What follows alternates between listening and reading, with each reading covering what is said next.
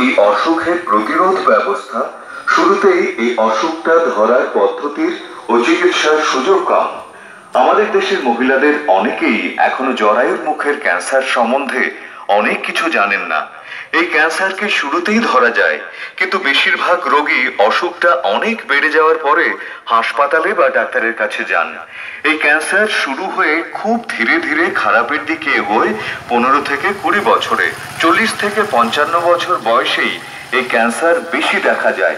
এই ক্যান্সার নিয়ে তাদের ভয় ও ভুল ধারণা দূর করে জরায়ুর মুখের ক্যান্সার শুরুর সময়ই ধরার জন্য নিয়ম মাফিক পরীক্ষা করার জন্য তাদের উৎসাহিত করা দরকার। প্রায় সমস্ত 99% জরায়ুর মুখের ক্যান্সারের সঙ্গে কিছু ধরনের হিউম্যান প্যাপিলোমা ভাইরাসের যোগ আছে। এই ভাইরাস আক্রান্তদের 100 জনের মধ্যে 90 জনের শরীর থেকে ভাইরাসটা নিজে থেকেই চলে যায় বছর 2 এর মধ্যে, এবং বেশিরভাগ